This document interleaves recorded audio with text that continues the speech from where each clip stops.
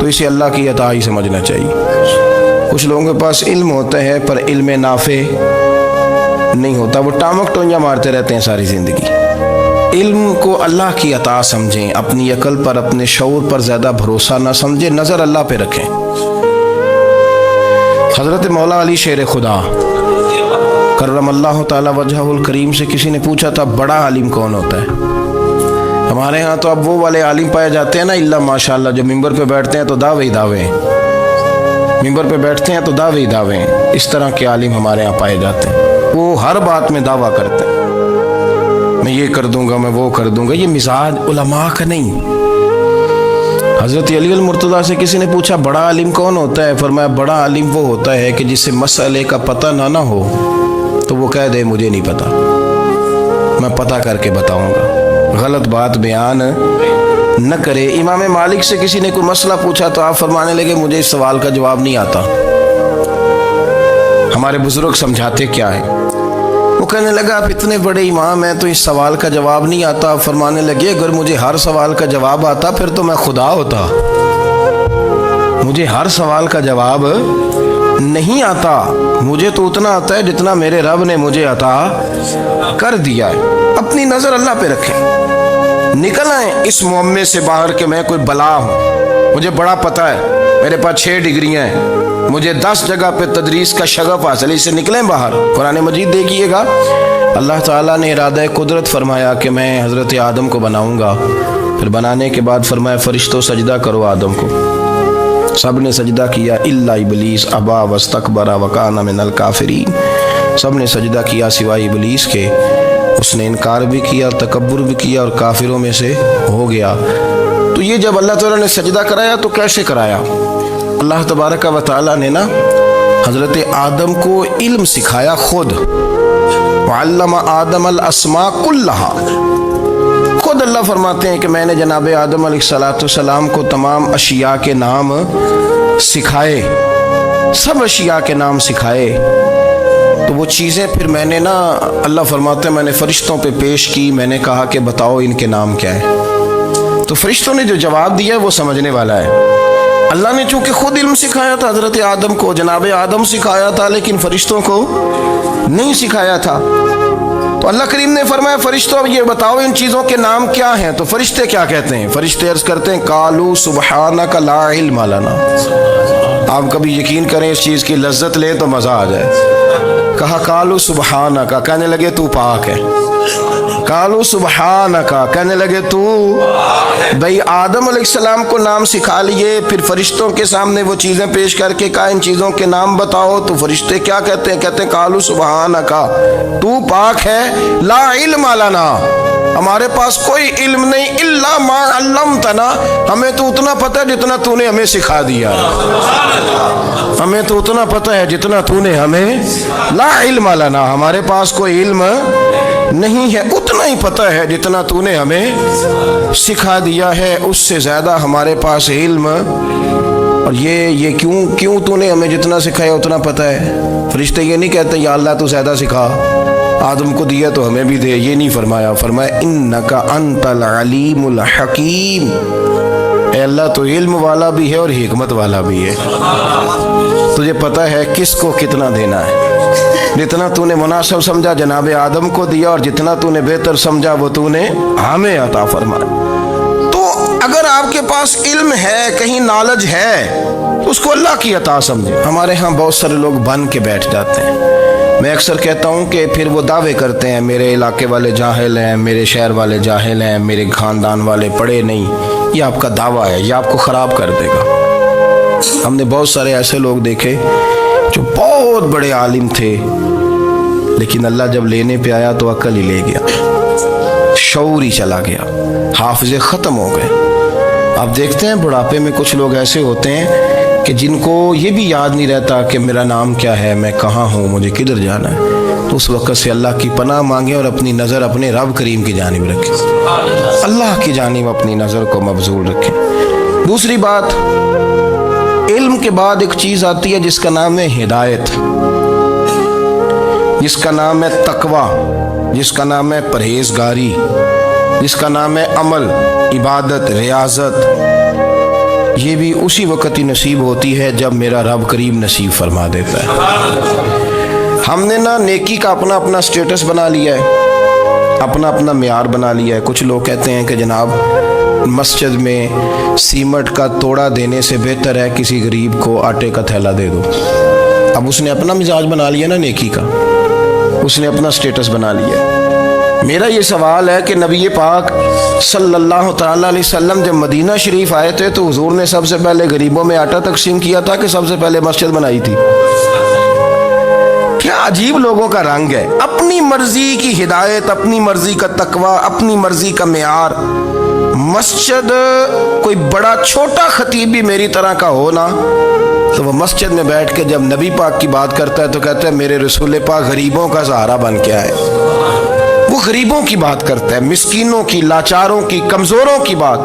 تو مسجد ہی تو وہ ادارہ ہے جہاں سے غریبوں کی بات ہو رہی۔ تو اب لوگوں نے غریب کو اور مسجد کو لڑانا شروع کر دیا، اس کو لڑاؤ کہ مسجد میں پیسے دینے سے بہتر ہے آپ غریب کو آٹے کا تھیلا دے دیں۔ آپ یہ کیوں نہیں کہتے کہ مسجد میں بھی آپ توڑا دیں ایک سیمنٹ کا اور ساتھ غریب کو بھی خدمت کریں؟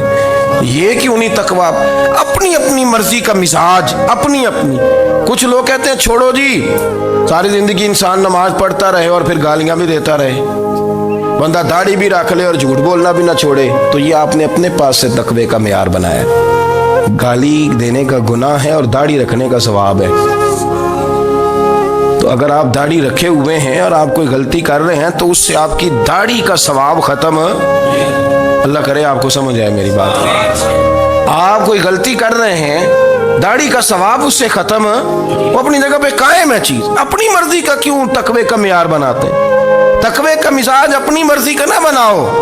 اللہ کی بارگاہ سے دعا مانگو کہ یا اللہ ہمیں ہدایت کا نور عطا فرما، اللہ تو ہمیں رستہ دکھا، تو بتا کہ ہدایت کیا ہے۔ تو رب فرماتا ہے اللہ ولی الذین آمنوا، اللہ مومنوں کا مددگار ہے، یخرجہم من الظلمات الی النور، وہ انہیں اندھیروں سے نکالتا ہے اور نور کی طرف روشنی عطا فرماتا ہے۔ اندھیروں سے نور کی طرف اللہ لاتا ہے۔ اللہ ولی، اللہ مومنوں کا ولی ہے، وہ انہیں اندھیروں سے نور کی طرف نکالتا ہے۔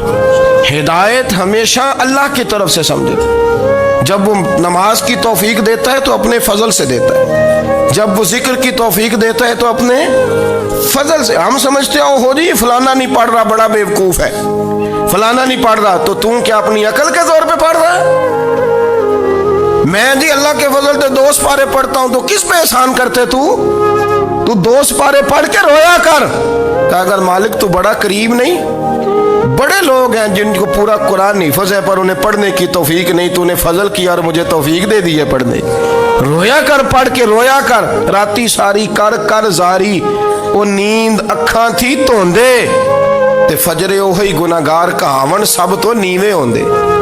مہربانی کریں، ڈریں، نیکی کریں تو پھر ڈریں، پھر احساس پیدا کریں، پھر اپنے اندر وہ کمزوری لائیں کہ توبہ توبہ مجھے تو پتہ ہی نہیں، تو جانتا ہی نہیں۔ حضرت سیدنا امام اعظم ابو حنیفہ رحمۃ اللہ تعالی علیہ کے ساتھ ایک شخص کہتا میں نے نماز پڑھی، تو عشاء کی نماز تھی۔ یہ جو لوگ بڑے ہوتے ہیں نا، جن کے پیار کرنے والے بڑے ہوتے ہیں، ان کے گرد خوف بھی بڑا ہی ہوتا ہے، انہیں بڑا ڈر لگتا ہے، بڑی بعض اوقات آزمائش ہوتی ہے ان کی۔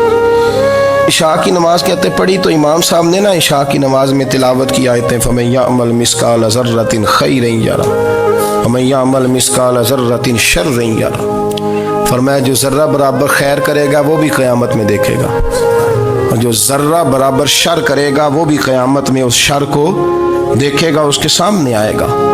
تو وہ شخص کہتا ہے کہ سارے لوگ نماز پڑھ کے چلے گئے تو امام صاحب رحمۃ اللہ علیہ نے اپنی داڑھی پکڑی، رو رہے ہیں، کہتے ہیں وہ ذرہ برابر نیکی کا بدلہ دینے والے، وہ ذرہ برابر شر پہ سزا دینے والے میری سفید داڑھی کو دیکھ، مالک میرے ذرے ذرے سامنے نہ لانا، لوگ تو میری بڑی قدر کرتے ہیں دنیا، میں تو بڑا پہچانا جاتا ہوں، لوگ تو میری راہوں میں پھول لیے کھڑے ہوتے ہیں، مجھے بڑا نوازتے ہیں، قیامت میں رسوا نہ کر دینا، میرے لیے مشکل ہو جائے گی۔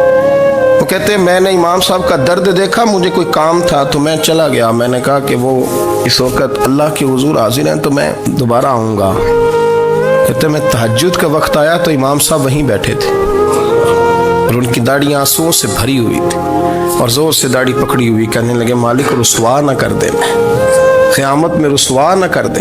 یار جو ہدایت یافتہ لوگ تھے وہ تو ڈرے ہوئے تھے، وہ تو سہمے ہوئے تھے، وہ تو کہتے تھے یہ اس کا فضل نہیں، اس نے بلا لیا، یہ اس کا کرم نہیں۔ حضرت باعزید بستامی کسی کافر کو دیکھتا تو رو پڑتے، کہتے مالک تو کتنا قریب ہے، یہ بے ایمان رہ گیا، تو نے اپنے فضل سے مجھے اپنے نبی کا غلام بنا لیا، وہ رو پڑ۔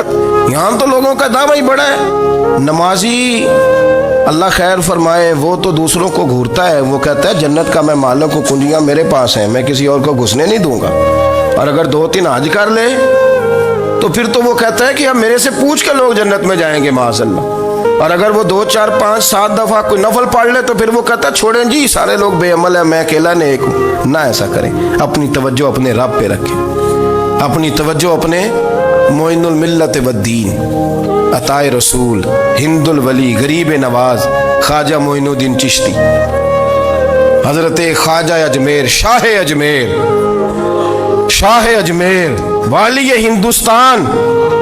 آخری عمر میں نا سارا دن روتے گزر جاتا، ساری رات روتے گزر جاتے، ذرا سی کوئی بات کرتا تو رو پڑتے ہیں، آنکھیں آنسوؤں سے بھری رہتی۔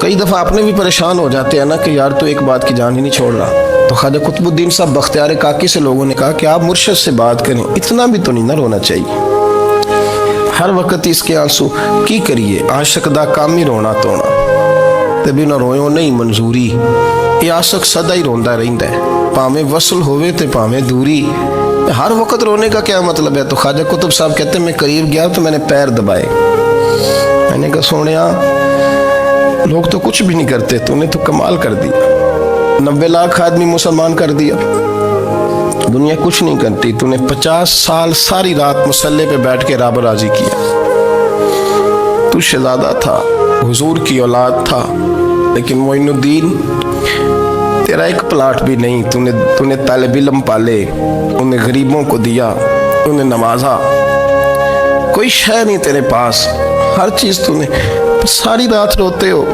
سارا دن روتے ہو۔ تو خواجہ قطب الدین صاحب کہتے ہیں میں نے جب عرض کیا تو خواجہ صاحب مجھے گلے لگا لیا، چیخ مار کے روئے، کہنے لگے قطب الدین پتر داڑھی سفید ہو گئی، جانے کا وقت آ گیا، جو تو نے نیکیاں گنوائی ہیں وہ ہیں صحیح میرے پاس، پر یار کی بارگاہ میں پیش کرنے کے قابل ایک بھی نہیں، ایک بھی نہیں، تو بارگاہ تو دیکھ کتنی بڑی ہے، رسول کریم کی بارگاہ میں پیش کرنے کے قابل ان میں سے ایک بھی نہیں، تو آستانہ دیکھ کتنا بڑا ہے، کیا پیش کروں گا، کیا عرض کروں گا حضور کی بارگاہ میں، کس طرح؟ وہ یار جو بڑے تھے وہ تو ڈرے ہوئے تھے، سہمے ہوئے تھے، وہ تو بڑی آزمائش میں تھے، لیکن میرا اور آپ کا رٹا 2 نمازیں پڑھ کے 6 نمازوں کا دعویٰ کرنا اور لمبی چوڑی کہانیاں بنانا اور اپنے منہ سے اپنی تعریفیں کرنا، اس سے تھوڑا باہر آئیں۔ رزق بھی میرا اللہ ہی دیتا ہے، علم بھی اللہ دیتا ہے، رزق بھی۔ بڑے بڑے فقیروں کو مالدار ہوتے دیکھا، بڑے بڑے مالداروں کو فقیر ہوتے دیکھا، بڑے بڑے، میرے ایک بڑا سخی قسم کا سجن ہے، بڑا پیارا ہے، میں اسے سخی مانتا ہوں، میں نے اپنی پریشانیوں کے دنوں میں بھی اس شخص کو سخی دیکھا۔ ایک دن رات کو مجھے ٹیلی فون کر کے کہنے لگا کدھر ہو؟ میں نے کہا میں گھر ہوں۔ نہیں اکثر سفر میں ہوتے ہو نا؟ میں نے کہا طبیعت کیسی ہے؟ ٹھیک ہے، بس حال چال پوچھنا تھا۔ میں نے سمجھائی، میں نے کہا یار یہ کوئی مسئلہ ہے، ورنہ رات کے 2 بجے کوئی حال پوچھنے کو فون تو نہیں نہ کرتا، کوئی مطلب ایسا تو مسئلہ نہیں نا۔ تو میں نے بیک کال کی، میں نے کہا یار میری بات سن، مسئلہ کیا؟ کہ نہیں کچھ نہیں دل کر رہا تھا۔ میں نے کہا میری گال سن، رہے ہیں اسی 4-5 سال کٹھے، میں تین جاننا، اصل بات کر۔